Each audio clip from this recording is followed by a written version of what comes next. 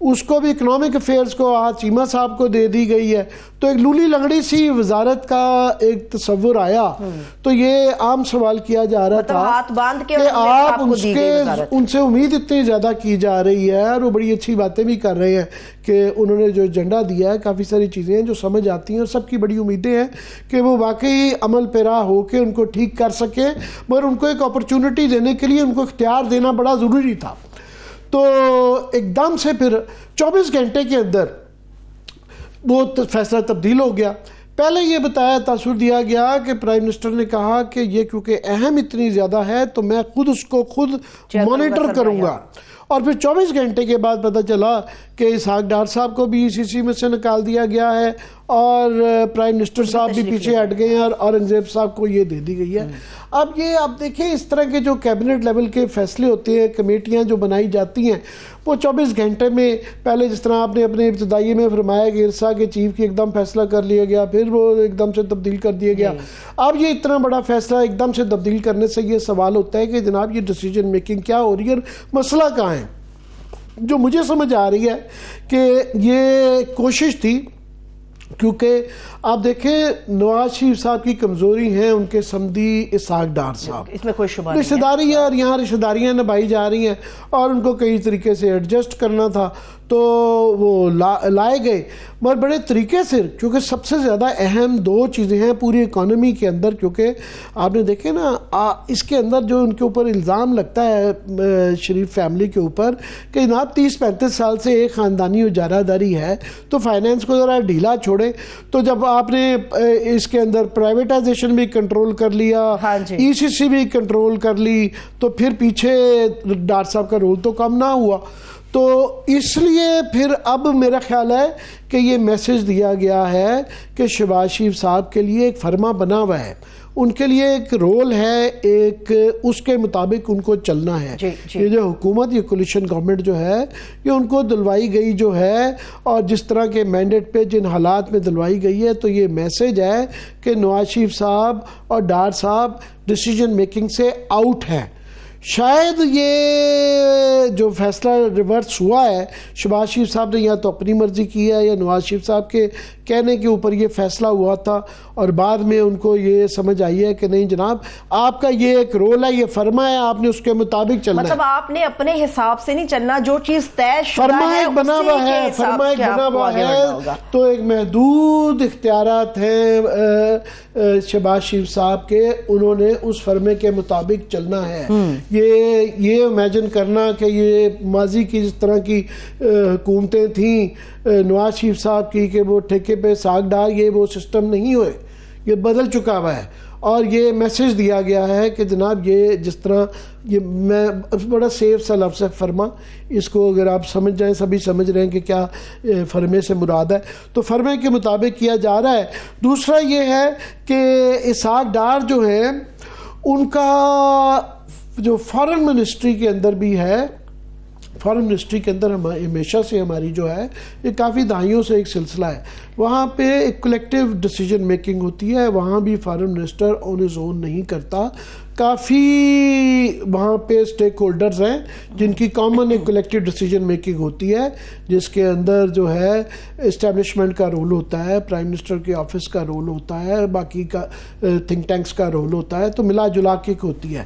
تو وہاں بھی اسحاق ڈار صاحب کو دے تو وہ گر گئی ہے, پر وہاں پہ ایک بہت بڑا سوال آ گیا ہے کہ پہلے ہی جو انہوں نے امتحان اپنا تھا کہ سب سے امپورٹنٹ پاکستان کے لیے انڈیا سے روابط رہتے ہیں, اور اس کے اوپر لوگ دیکھتے ہیں جب نئے فارن منسٹر آتا ہے کہ ان کی پہلی سٹیٹمنٹس کیا آتی ہیں. تو لندن میں اسحاق ڈار صاحب نے جو ایک بیان دیا, اس میں وہاں جا کے لنڈن میں جا کے دیا, انہوں نے کہا جی پاکستان کے جو ہے نا کاروباری افراد چاہتے ہیں کہ بھارت کے ساتھ تجارت بحال ہو, اور پاکستان بھارت کے ساتھ تجارت کھولنے سے متعلق جائزہ لے گا. مطلب انہوں نے یہ کمٹ کر لیا کہ ہم دیکھ رہے ہیں اس کے متعلق کہ بھارت کے ساتھ وہ تعلقات بحال کرنے کے لیے, تجارت کے لیے.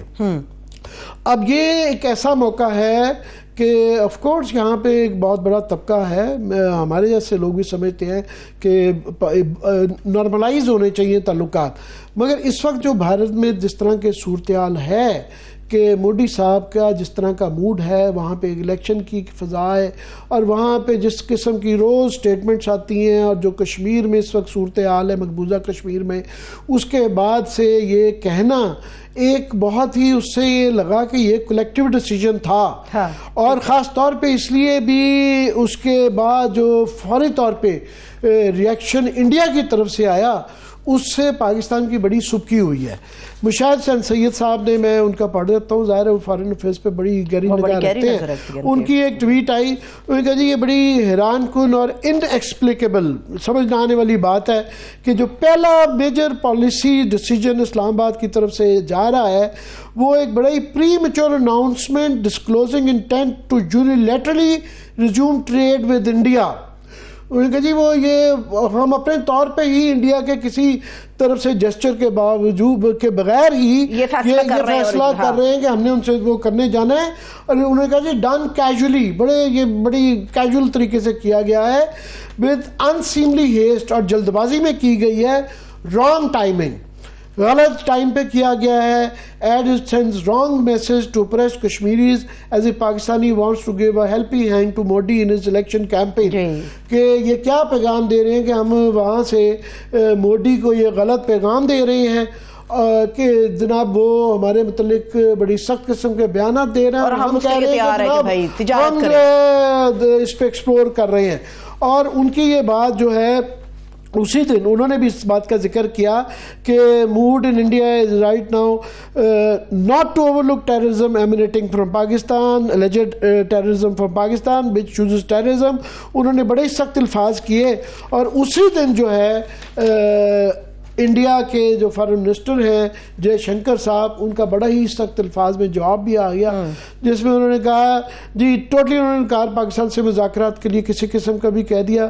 انہوں نے کہا جی کہ ماضی کو بھول کر بات چیت نہیں ہو سکتی، بھارت کا موڈ اب دہشت گرد کو نظر انداز کرنے کا نہیں ہے، نہ ہی اب بھارت اس مسئلے کو ختم کرے گا۔ پاکستان میں دہشت گردی سے متعلق بھارتی وزیر اعظم نے اتنے سخت الزام کیا کہ آپ اس پڑوسی سے کیسے نپٹ سکتے ہیں جو دہشت گردی کو بطور صنعت استعمال کرتا ہو۔ ہم نے کیا کیا ہم نے آپ ان کی الفاظ کا چناؤ اور سخت الفاظ میں نہایت سخت ہے۔ اسی دن لندن میں جا کے بڑے کیجولی ایک رانگ ٹائمنگ کے ساتھ، ایک طریقہ کار ہوتا ہے اس کے ایسے معاملات پہ جب بحث کی جاتی ہے، پارلیمنٹ میں بحث ہوتی ہے، کیبنٹ میں بحث ہوتی ہے، کچھ سوچ بچار کیا جاتا ہے، اور وہ ایک جو بیان دے دیا ہے، آئی ہوپ کہ اس کی ایکسپلینیشن فارن آفس ان قریب دے دے گا، مگر فی الحال پاکستان کی بہت سخت بے عزتی ہوئی ہے۔ اور یاد رہے کہ میں ان پیسنکس میں سے ہوں جو ہمیشہ انڈیا کے ساتھ بہتر تعلقات کا خواہاں رہا ہوں، اور ایک بہت بڑا طبقہ ہے پاکستان کے اندر، بلکہ زیادہ تر بڑا طبقہ ہے جو کہ انڈیا سے پیسفل چاہتا ہے، مگر اس وقت جو انڈیا کے صورتحال ہے یہ ایک ریسیپروکیشن اور باعزت طریقے سے ہونا پڑے گا۔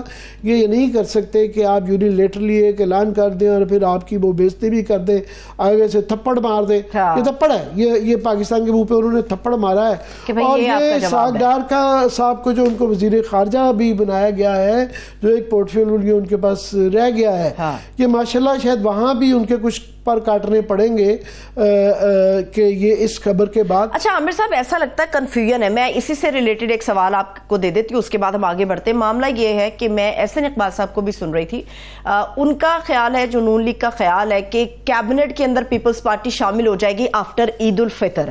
اگر کیبنٹ کے اندر شامل ہوتی ہے تو پیپلز پارٹی کی جو ایک ان کا درینہ مطالبہ بھی ہے وہ ہے فارن منسٹری کا، بلاول بھٹو زرداری صاحب کے لیے۔ تو ایسا تو نہیں ہے کہ ڈار صاحب اگر وہاں سے نکلے تو یہاں پر کسی کونے کے اندر ان کو فکس کرنے کی تیاری ہو رہی ہو تاکہ کوئی عزت بھی باقی رہ جائے؟ اس بات کا امکان تو ہو سکتا ہے کہ پیپلز پارٹی جوائن کرے کیبنٹ میں۔ جس طرح کی صورتحال جاری ہے نا، یہ دن بدن آپ دیکھیں گے یہ چند ہفتوں کے اندر اتنا زیادہ ملبہ اکٹھا ہو گیا ہے کہ میرا خیال ہے اگر پہلے انہوں نے سوچا بھی تھا کبھی تو وہ پیچھے ہٹ جائیں گے کہ یہ سارا جو کرٹیسزم ہم کر رہے ہیں نواز شریف صاحب کے اوپر، تو یہ سارے ملبے کا حصہ دار ان کو بھی بننا ہوگا۔ تو وہ جب ہوگا تب کی بات کریں گے، مفروض ہے، مگر فی الحال اس بات کا پہلے جو امکان تھا اب کم ہو گیا ہے، مگر any thing is possible in politics جو ہے یہ ہو سکتا ہے، مگر فی الحال یہ نہیں ہے. مگر فی الحال یہ ضرور ہے کہ اسحاق ڈار صاحب کا جو ہے نا جتنا ان کو رول دے دیا گیا ہے وہ کوئی اتنی ذمہ داری سے نہیں نبھا رہے. ان کو پرانا جو نواز شریف صاحب کے دور میں وزارت ان کو تھی یا ٹوٹل جو کنٹرول ہوتا تھا ان کو وہ عادتیں پڑی ہوئی ہیں، ان کی وہ عادتیں درست کرنی پڑے گی. اگر ان کو رکھنا ہے تو ان کو ایک خاص ان کو ایک دائرے کے اندر رکھنا پڑے گا، کیونکہ ان کو یہ عادت نہیں ہے. اس کی وجہ سے اپنے ذات کے حوالے سے جو مرضی یہ کریں، مگر یہ ریاست اور پاکستان کی فارن پالیسی بہت سیریس مسئلہ ہے. یہ اس طرح کے معاملات کے اوپر میں سمجھتا ہوں یہ بڑا غیر ذمہ دارانہ ہے. لیٹ سی کہ اس کی کیا ایکسپلینیشن آتی ہے. اچھا ٹھیک ہے، ایکسپلینیشن سے یاد آیا عامر صاحب، ایک اور بھی معاملہ ہے جس کے اوپر کہا جا رہا ہے کہ پاکستان کی سبکی ہو رہی ہے اور کئی لوگ تو بڑے سخت الفاظ اس کے حوالے سے استعمال کر رہے ہیں. وہ معاملہ ہے ایچسن کالج کا. آج چیمہ صاحب جو ہے بڑے مشہور ہیں اور وفاقی وزیر بھی ہیں. وزیر کی تنخواہ کتنی ہوتی ہے عامر صاحب جو فیس معافی کے لیے درخواستیں ڈالنی پڑتی ہیں؟ جی یہ اس کا جو ہے نا ویسے تو تقریباً تمام یہ پاکستان میں صبح سے یہ خبر چل رہی ہے کہ سب کو بیک گراؤنڈ پتہ ہی ہے، مگر بیک گراؤنڈ بنانا پڑے گا. مگر جو آپ نے یہ کہا ہے کہ آج چیمہ صاحب نے جس طریقے سے فیس معافی کی درخواست اس وقت کی جاتی ہے جب بڑے غربت کے حالات ہوں، جو ایک وزیر اور جن کی بیگم صاحبہ بھی بڑی سینئر سرکاری افسر ہیں اور جو ہے ان کا یہ فیس معافی کی درخواست، تو اس کا تھوڑا سا بیک گراؤنڈ پہلے بتا دیں کہ ہوا کیا ہے. ہوا یہ ہے کہ پہلے ہی میں نے کہا نا یہ کیبنٹ 19 ممبر ہے، ہر ہفتے ہر روز جو ہے نا ایک وزیر کے متعلق یہ ہو رہی ہے. پہلے ڈار صاحب کا ہم بتا چکے ہیں کہ کیا ہے، پھر اورنگزیب صاحب کو بیچاروں کا رول ڈیفائن نہیں ہو رہا.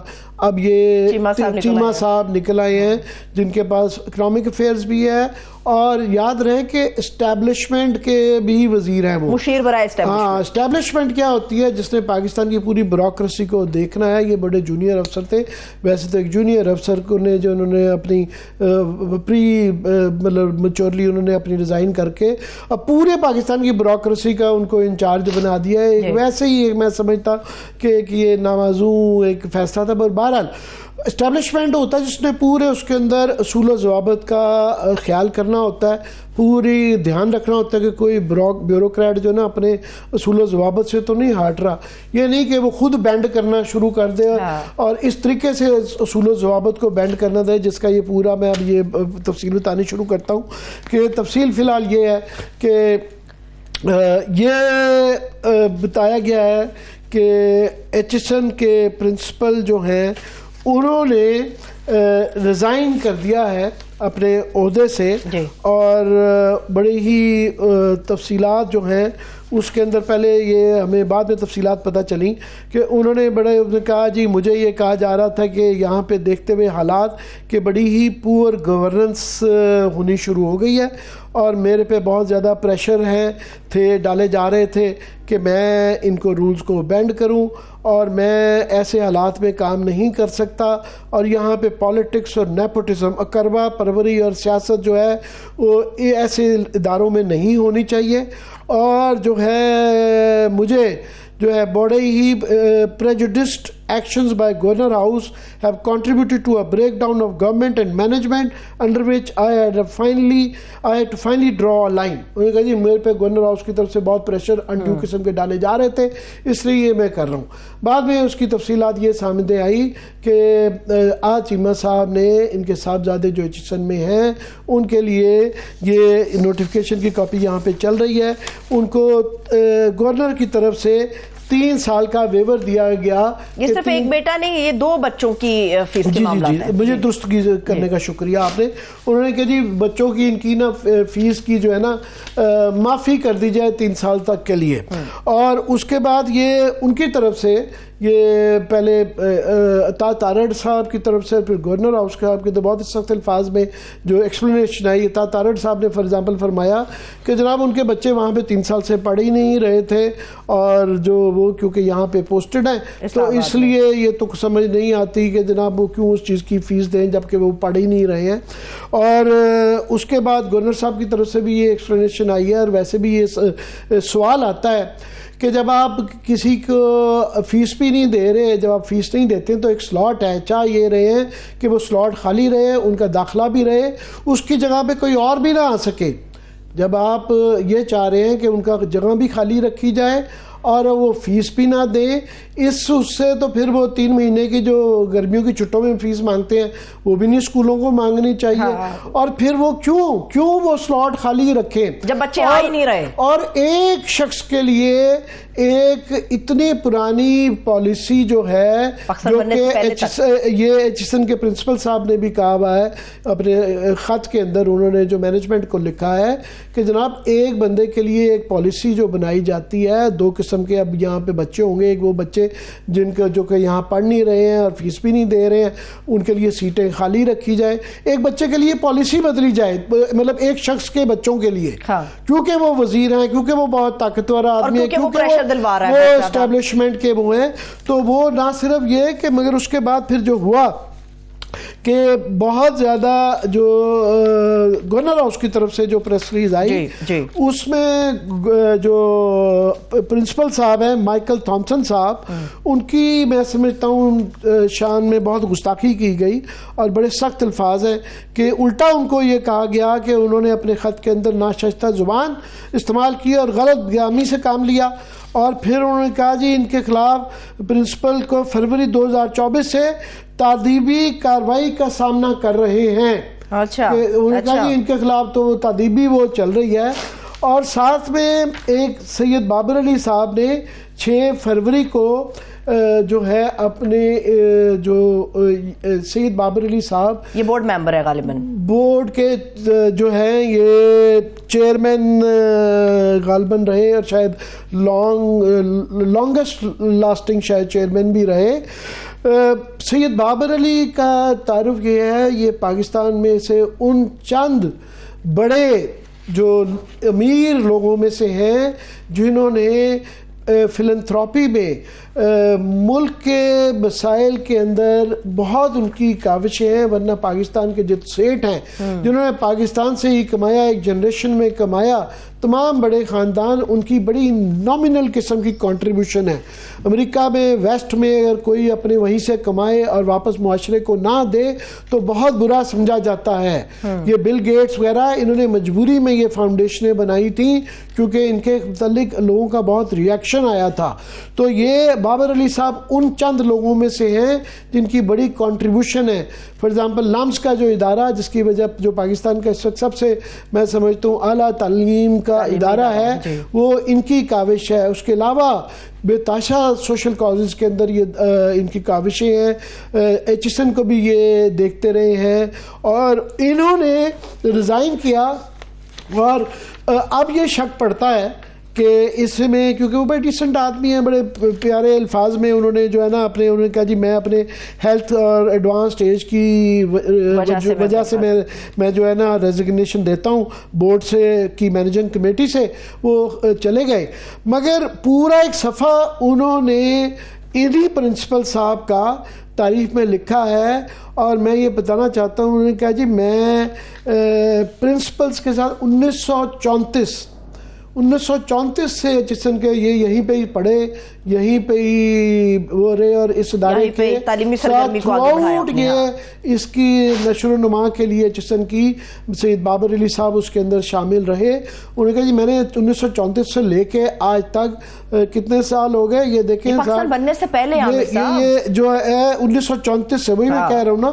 انہوں نے کہا جی میں نے ان سے اچھا میں بتا سکتا ہوں کہ کسی نے کالج کے لیے اتنا کام نہیں کیا. تمام پرنسپل سے 1934 سے ڈیل کرتا ہوں جتنا کہ جو ہے ان تھامسن صاحب نے جو ان کی خدمات ہیں 90 سال کے اندر اتنی کسی کی خدمات میں نے نہیں دیکھی ہیں. انہوں نے کہا جی انہوں نے نئے بورڈنگ ہاؤسز بنائے ہیں, انہوں نے جو ہاسٹلز ہیں 150 سے 500 بچے وہاں پہ پڑھ سکتے ہیں. پھر انہوں نے جو کوالٹی آف ٹیچنگ ہے اس کو بہت زیادہ امپروو کیا ہے. پھر انہوں نے کہا جی جو ہے پہلی دفعہ 50 سالوں میں سپورٹس میں ہر چیز کے اندر اس پورا صفحہ انہوں نے جو نا ان کی شان میں لکھا ہے, ان کی شان میں لکھا ہے. اور وہ اب شک پڑتا ہے کہ اتنی جو ان کی شان میں لکھا ہے تو یہ رپورٹس ان تک آ رہی تھی اور شاید ان کی روشنی میں ہی وہ چپ کر کے سائٹ پہ ہو گئے کہ یہ آ رہی ہیں. اور یہ جو پرنسپل صاحب کا بھی یہ جو خط آیا ایک اور جو کہ 23 تاریخ کو ریزگنیشن کا لیٹر ان کو 25 کو آیا ہے, مگر ایک 23 تاریخ کا ان کا ایک لیٹر ہے جی جی اس میں کیا جس کے اندر وہ یہ فرما رہے ہیں, انہوں نے کہا جناب کہ یہ جو میرے پہ یہ مجھے یہ جو کہا جا رہا ہے کہ یہ 3 سال کی یہ ویو کیا جائے, not only is this a terrible decision, یہ بالکل غلط فیصلہ ہے. ساتھ میں انہوں نے بریکٹس میں لکھا ہے mister Cheema is also bad debtor. ان کے پہلے بھی پیسے دینے کے معاملات جو ہے نا وہ کوئی اتنے اعلیٰ نہیں رہے ہوئے ہیں, but wrong perpetuated on a large scale to suit a smaller outcome. مطلب ایک شخص کے لیے یہ پالیسی تبدیل کی جا رہی ہے کہ جی میں جو ہے یہ منٹس کی بیس کے اوپر جو ہے نا یہ premeditated manipulation of my letter to governor house ہے اور مجھے وہاں سے بھی پریشر آ رہے ہیں. انہوں نے پہلے بھی اس کا ذکر کیا ہوا تھا. تو کہنے کا مقصد یہ ہے کہ آپ کے سوال پہ آ جاتے ہیں. پہلی بات کہ چیمہ صاحب جو آپ نے کہا تھا کہ وہ کیا بھئی ایک وزیر ہے اور تنخواہ لیتے ہیں کہ مطلب ان کی بیگم صاحب بھی بڑے اچھے ہیں. اگر فار ایگزامپل فرض کریں کہ فیس بہت زیادہ ہے تو پھر بھائی آپ کہیں وہیں اور داخلہ بلدیہ اسکولوں میں تو کیا کروانا, جہاں بھی اگر نہیں کروا سکتے تو وہاں سے نکال لیں کہ جی وہاں پہ بچے کا سلاٹ بھی خالی رکھیں, اس سیٹ پہ کسی کو داخلہ بھی نہیں دیں, فیس بھی نہیں دینے, اور پالیسی بھی تبدیل کروائی جائے اس کے لیے, اور گورنر صاحب جو ہیں وہ تبدیل بھی کر دیں اس کے اوپر پالیسی جو ہے, اور اس کے بعد پھر اس کو ڈیفینڈ بھی کریں. اور ایک پرنسپل اب یہ بتائیں, ہم سید بابر علی جو کہ 80-90 سال سے ایچ کے ساتھ بہت معتبر پاکستان کے آدمی ہیں, ان کی بڑی کنٹریبیوشن ہے ان کمپیریزن ٹو بلیغ الرحمان صاحب کی, کیا مقابلہ ہے سید بابر علی, ان کی مانی جائے سید بابر علی صاحب کی یا گورنر صاحب کی مانی جائے. پہلے بات تو یہ گورنر صاحب جو ہیں یہ خود بھی ان کا کوئی اتنے جس طرح کے پریزیڈنٹ الوی صاحب پریزیڈنٹ تھے, یہ بھی اس طرح کے گورنر رہے ہوئے ہیں کہ ان کے دور میں کوئی درخشاں اتنے گورنر کا ان کا ریکارڈ نہیں ہے. ادھر سے ہی نکلا تھا عامر صاحب, چھوڑ دیں فی الحال اس تفصیل میں نہیں جاتے. مگر بابر علی کا جو خط ہے وہ زیادہ معتبر ہے اگر وہ کسی پرنسپل کی تعریف کر رہے ہیں بجائے کہ ان کے بیانات پہ چلنا چاہیے. یہ چھوٹا واقعہ نہیں ہے, یہ بڑا واقعہ ہے. اس سے آپ ایک جو ہے میرٹ کی تنزلی کر رہے ہیں اور ایسا شخص کر رہا ہے جو کہ اسٹیبلشمنٹ کا انچارج ہے, اور یاد رہے ان کا اپنا ماضی درخشاں نہیں رہا ہوا. یہ نیب سے جن حالات میں یہ چھٹے ہوئے ہیں, جن دور میں یہ دکان لگی ہے وہ بھی شاید کسی سٹیج پہ ری وزٹ ہو, مگر میرا خیال ہے اس کے بعد ان کو ریزائن کر دینا چاہیے یا ان کو اس عہدے سے فارغ کر دیا جانا چاہیے. اور میری ضرور ہے کہ کیونکہ یہ پنجاب کی گورنرشپ اور کے پی کی جو ہے ویسی پیپلز پارٹی کو کوٹا دے دیا گیا ہے, تو میری امید ہے کہ آصف زرداری صاحب جو ہے صدر صاحب وہ جلدی سے اپنا گورنر لگائیں. وہ چند صاحب کا نام سن رہے تھے, وہ بڑے اچھے آدمی ہیں, کم از کم وہ اس طرح کی بے اصولی نہیں کر سکتے. یہ بلیغ الرحمان صاحب سے جان چھڑا لینی چاہیے. مگر یہ کہ ہر آدمی کو اس کو تکلیف ہوئی ہے, حالانکہ کچھ انسٹیٹیوشنز پاکستان میں رہ گئے, یار خدا کے لیے ان کو بچا لیا جائے. اس طریقے سے نہ کریں کہ آپ اپنے لیے اپنے بچوں کے لیے جب چاہے اصول بینڈ کر لیں, کوئی مذاق ہے اور پھر ابھی ایک کیس بھی بنایا جائے. ایک اپڈیٹ ہے عامر صاحب, وہ آپ کے ساتھ شیئر کر دیتے ہیں. اس وقت جو وزیر اطلاعات عطا تارڑ صاحب, ان کے حوالے سے اپڈیٹ آ رہی ہے کہ انہوں نے پرنسپل صاحب سے رابطہ کیا ہے اس معاملے کو لے کے اور گزارش کی ہے کہ استعفیٰ واپس لے لے. اچھا, اس میں ایک اور مسئلہ ہے, گورنر پنجاب صاحب کہتے ہیں کہ ان کے خلاف تادیبی کارروائی ہونی چاہیے اور یہ فروری سے ان کے خلاف یہ کہا جا رہی ہے یہ کیا, مگر یہ میں سمجھ رہا ہوں ڈیمیج کنٹرول کیا جا رہا ہے سارا دن گورنمنٹ کی طرف سے, جو خاص طور پہ پی ایم ایل این کی طرف سے بڑا ہی ایگریسو ایٹیٹیوڈ رہا. اور ان کے متعلق جو ہے یہ گورنر صاحب کی جو پریس ریلیز ہی ہے یہ اتنی سخت الفاظ ہیں, ایک شخص کی ایک اتنی کنٹریبیوشن ہے جس کے متعلق بابر علی ایک پورا صفحہ لکھ رہے ہیں اور پورا ان کا اسکول, پورے ان کی فیکلٹی ان کی تعریفیں کر رہی ہیں کہ جناب یہ ایک عظیم آدمی آدمی ہیں اور بھائی وہ باہر سے کہ جی ان کی بڑی زیادہ تنخواہ، ایک دم سے ان کی تنخواہ زیادہ یاد آ گئی اور کہ جی وہ تو ویسے ہی جانے والے تھے، وہ جی بہانہ کیا گیا ہے. تو اس طرح نہ کیا کریں. کوئی لوگ اگر چند اچھے لوگ یہاں پہ پاکستان میں آتے ہیں تو ان کی قدر کرنی چاہیے. اس طریقے سے کسی کی روانگی نہیں کرنی چاہیے. تو میں سمجھتا ہوں it's very sad and to a great career. بالکل صحیح ہے. اچھا ایک اور بھی معاملہ ہے وہ نور الامین مینگل صاحب کے حوالے سے. عامر صاحب اس کے اوپر میں جاؤں گی، مگر اس واقعے سے متعلق ایک آخری چھوٹا سا سوال ہے کہ اس میں جو بچے پڑھتے ہیں ایچسن کالج میں اور جس طرح میرٹ کا قتل کیا جا رہا تھا ان خط اور دباؤ کے ذریعے سے، فیس کتنی ہوتی ہے پر منتھ؟ ایک بچہ کتنی فیس دیتا ہے جو افورڈ نہیں کی جا رہی؟ جی وہ تو آف کورس یہ ایک ایلیٹسٹ اسکول ہے، یہ چیفز کالج تھا. یہ پاکستان گوروں کے زمانے میں جو ٹرائبل چیفز تھے، نواب بگٹی، نواب مری، نواب بزاری، یہ وہ جو چیفز تھے ان کے بچوں کے لیے کیا گیا تھا، ان کو ویسٹرنائز کرنے کے. اور پیریڈ آف ٹائم اس کا رول بدل گیا ہے، مگر اس کی بڑی بڑی کنٹریبیوشن ہے، بڑے بڑے لوگ انہوں نے پیدا کیے ہوئے ہیں یہ سارے. تو ایک ظاہر ہے اس کی فیس تو زیادہ ہوگی. تو بھائی اگر آپ افورڈ نہیں کرتے ہیں تو آپ وہاں پڑھاتے کیوں ہیں؟ نہ پڑھائیں، آپ نہ پڑھائیں نا. جو باقی دنیا بھی تو ضروری نہیں ہے، ٹاٹ والے اسکول سے بھی بڑی دنیا پڑھ کے نکلی ہے، یہ کوئی بڑی بات نہیں ہے. ایک وہاں سے پڑھانا، پھر وہاں پہ یہ کرنا، پھر یہ ہے کہ وہ گورنر ہاؤس کے ذریعے کہ ہاؤ ڈیئر یو کہ آپ نے جی نہ کیوں کی. اور ویسے سچ میں ایک اور فائنل پوائنٹ کہہ دوں کہ میں کل پرسوں وہ مزید ثبوت بھی، یہ اکیلا ایک مسئلہ نہیں تھا. یہ بھی اطلاعیں ہیں کہ پرنسپل صاحب کے لیے اسی پارٹی نے، نون لیگ کے اور بھی لوگ پریشر ڈلوائے جا رہے تھے گورنر صاحب کے علاوہ، اور گورنر صاحب کے تھرو جا رہے تھے کہ ان کے اوپر جو ہے میرٹ چینج کرنے کے پریشر ڈالے جا رہے تھے. فار ایگزامپل اس طرح کی اطلاعیں بھی آئی ہیں کہ جی فلانے بچے کو جو نا آپ پاس نمبر 1 کر دیں. پھر جو ہے ان کے ویزے کے متعلق بھی بتایا جا رہا ہے کچھ ایشوز، مشکلات ان کے لیے کریک آ رہی. تو یہ ایک تسلسل تھا میرا خیال. اسی وجہ سے بابر علی صاحب جیسے لوگ جو ہیں وہ اس سے چپ کر کے شرافت سے ہٹ گئے کہ وہ اس میں نہیں پڑھنا چاہتے تھے. اور میں سمجھتا ہوں کہ یہ بڑی زیادتی ہے. کم از کم ان کا خیال کر رہے ہیں کہ ان کی ریکمنڈیشن ہے اور ایک شخص کی بڑی کنٹریبیوشن ہے، وہ اس پاکستان کے بڑے ہی معتبر آدمی ہیں. کوئی خدا کا خوف کرے، ان کی ریکمنڈیشن ہی سوچ لیں کہ وہ کی تعریف کر رہے ہیں. اور گورنر صاحب کہہ رہے ہیں کہ جی کیونکہ گورنر صاحب کا زیادہ امپورٹنٹ آدمی ہے بھائی، کہ گورنر صاحب ہیں بلیغ الرحمان صاحب. بھائی آپ کہاں اور سید بابر علی کہاں؟ کوئی کمپیریزن نہیں. ابھی بریک لے لیتے ہیں عامر صاحب، آپ کی اجازت سے بریک لیتے ہیں. بریک سے واپس آ کے مینگل صاحب، نور الامین مینگل صاحب کے حوالے سے بات کریں گے. مگر یہ آپ کو بتا دیں کہ پاکستان کی اکانومی کی حالیہ صورتحال کیا ہے، پاکستانی اکانومی کو پٹری پر کیسے لے کر آنا ہے، ماضی کے فگرز کیا ہیں، حال کیا اور مستقبل کیا ہو سکتا ہے، اس کے اوپر ہم بات کریں گے. ہمارے ساتھ رہیے گا.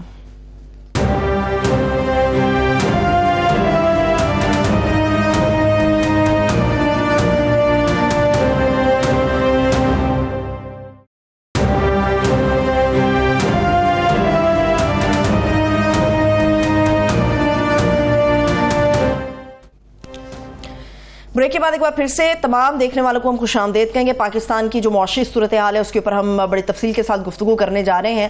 ماہر معاشیات ہارون شریف صاحب ہمارے ساتھ موجود ہے. بہت شکریہ ہارون صاحب، تھینک سو مچ آپ کے وقت کے لیے. اوور ٹو یو عامر صاحب. جی ہارون بہت شکریہ، آپ ہمیشہ ہمیں ٹائم ہمارے لیے نکالتے ہیں.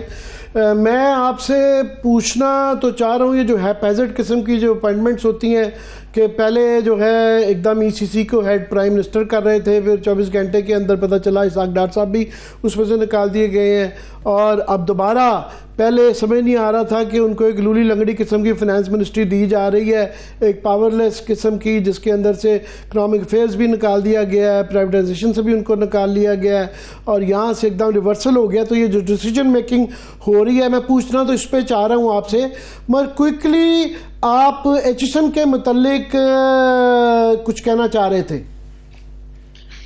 جی ہمیں بہت شکریہ.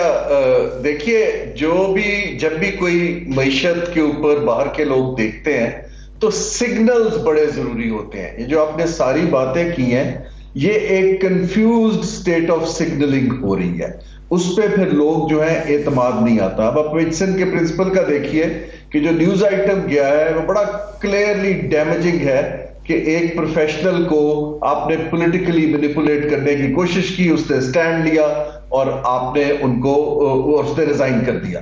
نہ اس سے جو انویسٹر کو ایک خبر جاتی ہے کہ دیکھیں ادارے جو ہیں وہ محفوظ ہاتھوں میں نہیں ہے, سیاست نے کیپچر کیا ہوا ہے. اب چاہے اس خبر میں اصل کوئی حقیقت ڈیفرنٹ ہو, لیکن ایک دفعہ آپ نے اس کا ڈیمیج نہیں کنٹرول کیا. یہ جب میں بورڈ آف انویسٹمنٹ کا چیئرمین تھا تو اس وقت پرنسپل صاحب کا اچانک ویزا رینیو کرنے سے گورنمنٹ نے انکار کر دیا تھا, اور اس پہ پھر مجھے پرائم منسٹر کے بعد پرسنلی جانا پڑا تھا کہ دیکھیے آپ انٹروین کیجئے کہ ہم بلا وجہ اگر اس طرح ویزے ختم کر دیں گے تو جو باہر کی کمپنیوں کے سی اوز وغیرہ ہیں وہ سب انسیکیور ہو جائیں گے. ہمیں ان چیزوں کو ڈیپر سوچنا چاہیے.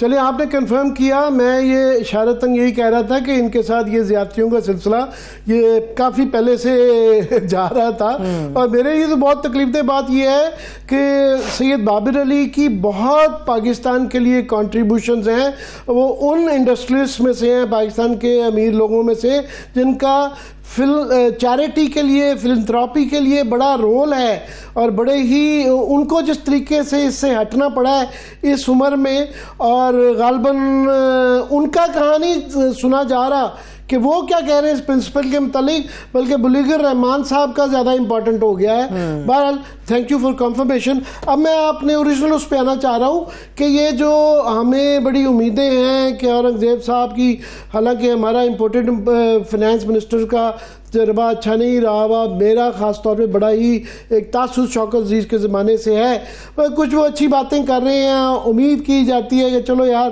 پاکستان کا بہتر ہو, مگر اس طرح کی ہیپیزٹ ڈیسیجن سے تو یہ ایک بڑی ایک کنفیوز گورنمنٹ لگ رہی ہے.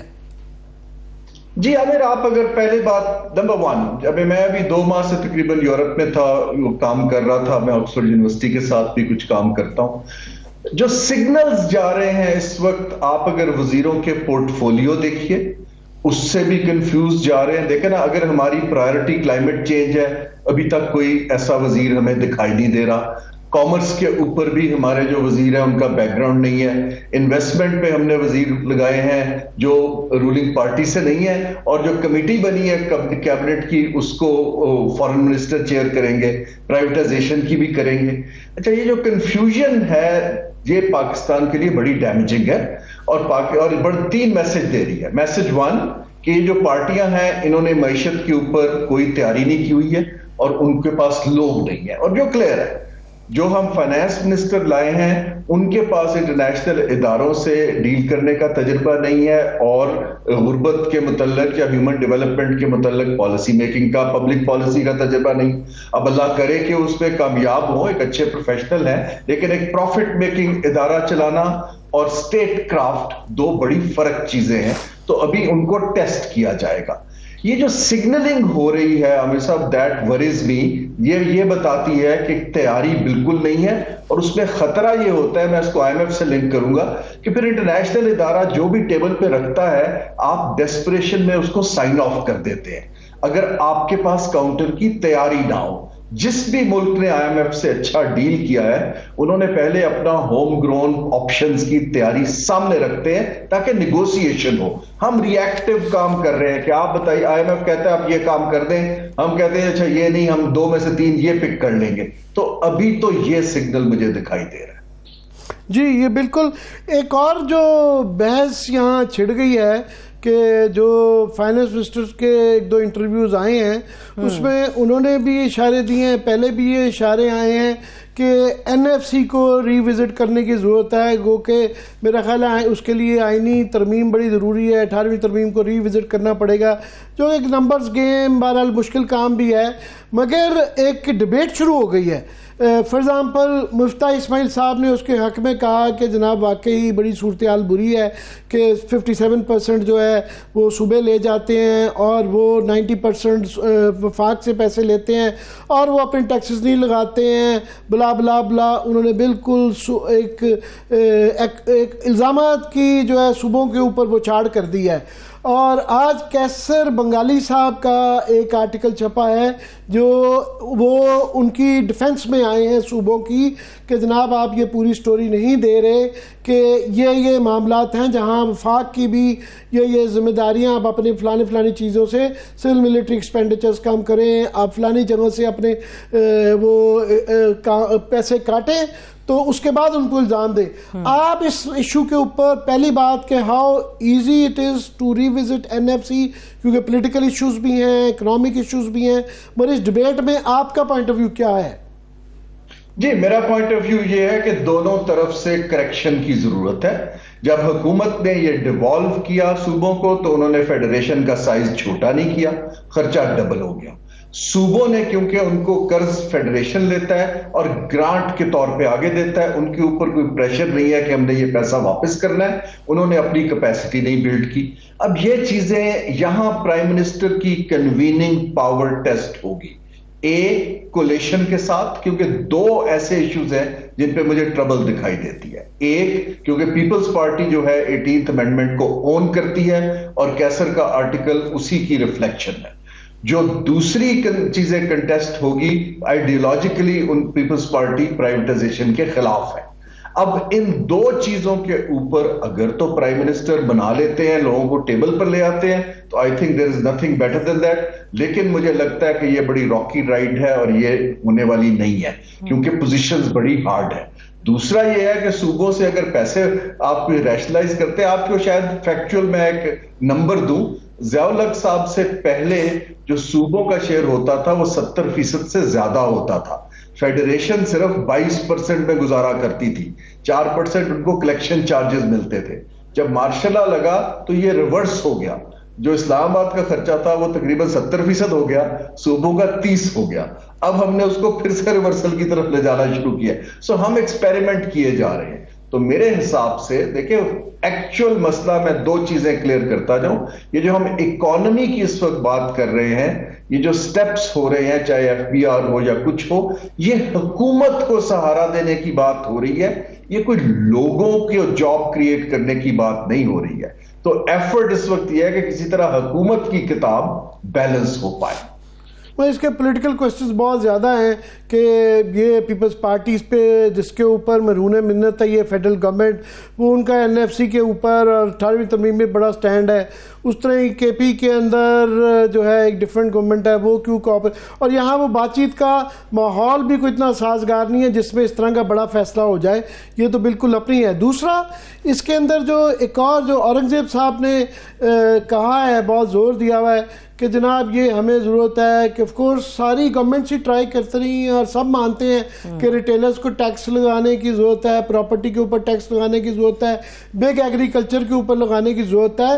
وہ کوشچن ہمیشہ ایک ہی رہا ہے کہ جی یہ بلی کے گلے میں یہ گھنٹی کیسے, کون نہیں, کیسے باندھی جائے گی؟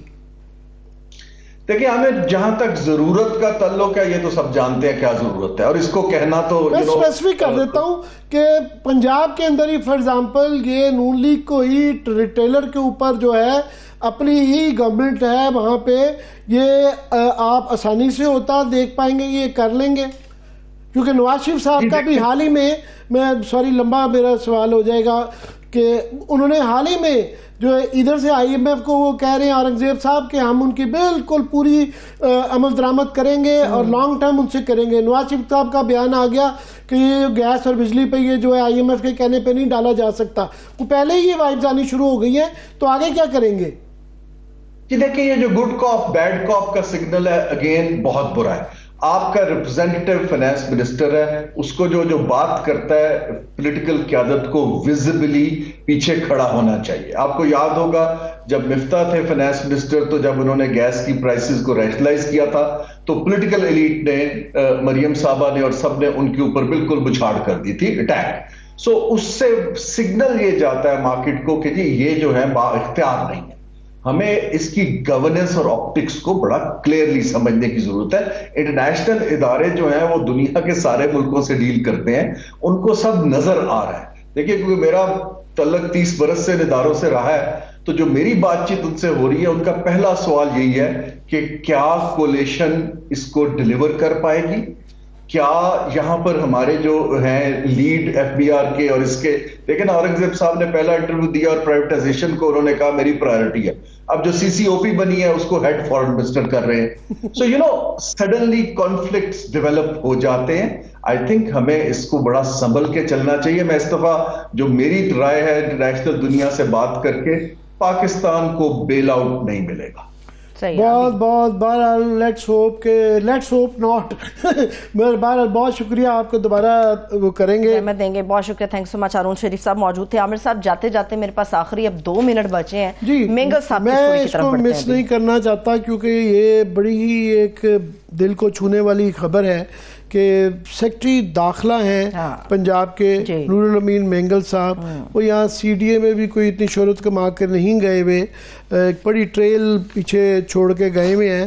ان کی اہلیہ کی طرف سے یہ بچی کی تصویر آپ دیکھ رہے ہیں, ایک وہ عدالت میں پہنچی ہیں, ان کی دوسری بیوی ہیں یہ امبرین سردار صاحبہ, اور ان کی بیٹی جو ہے 4 سالہ وہ آٹزم کا شکار ہے. 2019 میں اس بچی کی پیدائش. جی اور ان کی طرف سے یہ الزام درخواست میں لگایا گیا ہے کہ 6 ماہ کی وہ جب تھیں جب سے ان کو نہ خرچہ مناسب مل رہا ہے, اور دوسرا یہ کہ ان کے ساتھ نور الامین صاحب کا دھمکی آمیز رویہ ہے اور بڑی لمبی چوڑی قسم کا ایک ان کا رویہ وہ ہے.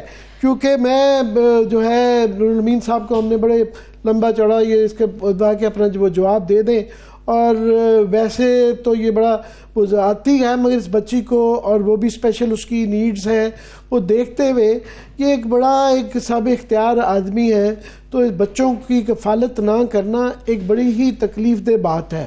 سو میں اس لیے یہ کل عدالت ٹیک اپ شاید کر رہی ہے اور دیکھیں گے عدالت اس کے کیا فیصلہ کر رہے ہیں. مگر اس طرح کی جب بااختیار لوگ اور باوسائل لوگ, جس طرح کے پہلے ان کا آیا کہ معافی کے لیے چیمہ صاحب کا, اور یہ بھی با اختیار ہے اپنی بنیادی ذمہ داریاں پوری نہیں کرتے, اور تو پھر وہ ایک معاشرے میں پتہ نہیں یہ رول ماڈل ہونے چاہیے. لیکن عامر صاحب یاد یہ لوگ جو سول بیوروکریسی میں بیٹھے ہیں, پولیٹیکل ایلیٹ ہیں, یہ رول ماڈل ہونے چاہیے عام آدمی کے لیے, جن کو انہوں نے بتانا ہوتا ہے کہ آپ رول فالو کریں. جب یہ خود بینڈ کرتے ہیں اور اس طرح کی رپورٹس آتی ہیں, تو آئی ہوپ کہ کل یہ اگر اس طرح کے یہ الزامات ٹھیک ہیں تو یہ خود والنٹیئر کر کے ایک اچھا اپنا ایک درست کریں گے بلڈنگ کر سکتے ہیں عامر صاحب. لیکن ایک دلخراش معاملہ اس کے اندر یہ بھی ہے کہ یاد رہے کہ یہ بچی اور جو ان کی دوسری اہلیہ وہ ان کے زیر کفالت ہے, لیکن یہ انہیں نہ تو اپنے گھر میں ساتھ رکھا ہوا ہے جو ان کے وکیل کی طرف سے الزام ہے, اور تشدد کا فیکٹر بھی اس کے اندر ہمیں نظر آ رہا ہے جو الزامات لگائے گئے ہیں. اور بچی چونکہ یہ اسپیشل کڈ ہے, آٹزم کا شکار بچی ہے, تو اس کے لیے جو اسپیشل نیڈز ہیں جیسے آپ نے ذکر کیا, ان کے لیے ایک اماؤنٹ درکار ہوتی ہے, وہ بھی دینے سے گریز ہے, اور کئی مہینوں کے بعد کچھ رقم ہے جو بھجوائی جاتی ہے. جی میں نے ان کی جو بیگم صاحبہ ہیں ان کے چل رہے ہیں ویڈیوز جو ہیں, کلپس جو ہیں, وہ دیکھ کے بڑی ہی تکلیف ہوئی کہ جس طریقے سے وہ اپنی رودات بیان کر رہی ہیں. پاکستان میں خواتین کے ساتھ ویسے ہی ایک کلچر ہے ناانصافی کا, اور جب پھر اتنے بڑے عہدوں پہ بیٹھے ہوئے لوگ اس طرح کا ان کی طرف سے آئے تو میں اس کو زیادہ سنسیشنلائز نہیں کروانا چاہتا, مگر صرف میری گزارش ہی ہوگی نور الامین صاحب سے, آئی ہوپ کہ الزامات جو ہیں اس طرح نہ نکلے, ان کا جب ورژن آئے گا ایک ڈیفرنٹ ہوگا, اگر تھوڑی سی بھی صداقت ہوگی تو یہ بڑا دل دکھائیں گے اور ایک اس کا سدباب میں اس میں بھی عامر صاحب پچھلی سٹوری کا ایک حوالہ لے آؤں جاتے جاتے آپ کے لیے اور دیگر دیکھنے والوں کے لیے بھی. جو ان کی پہلی اہلیہ میں سے 3 بیٹے ہیں وہ ایچیسن کالج میں زیر تعلیم ہیں, اور جو ان کی بیٹی ہے وہ بھی پاک ٹور اسکول کے اندر جو ہے وہ زیر تعلیم ہے. تو میرا خیال ہے کہ جو بچی ابھی جس کی نیڈ سب سے زیادہ ہے اس کے اوپر تھوڑا سا نور الامین مینگل صاحب کو کرنا چاہیے کہ امیج بلڈنگ ہے, پتہ چلنا چاہیے کہ وہ بھی آپ کی بچی ہے اور یہ فیس معافی کی درخواست دے کہ اس بچی دوسری کی کفالت کرنی ہے تو شاید پھر مان لینی چاہیے. بہت شکریہ, تھینکس سو مچ. دیکھنے والوں کا شکریہ, مجھے اجازت دیجیے, اپنا خیال رکھیے, خدا حافظ.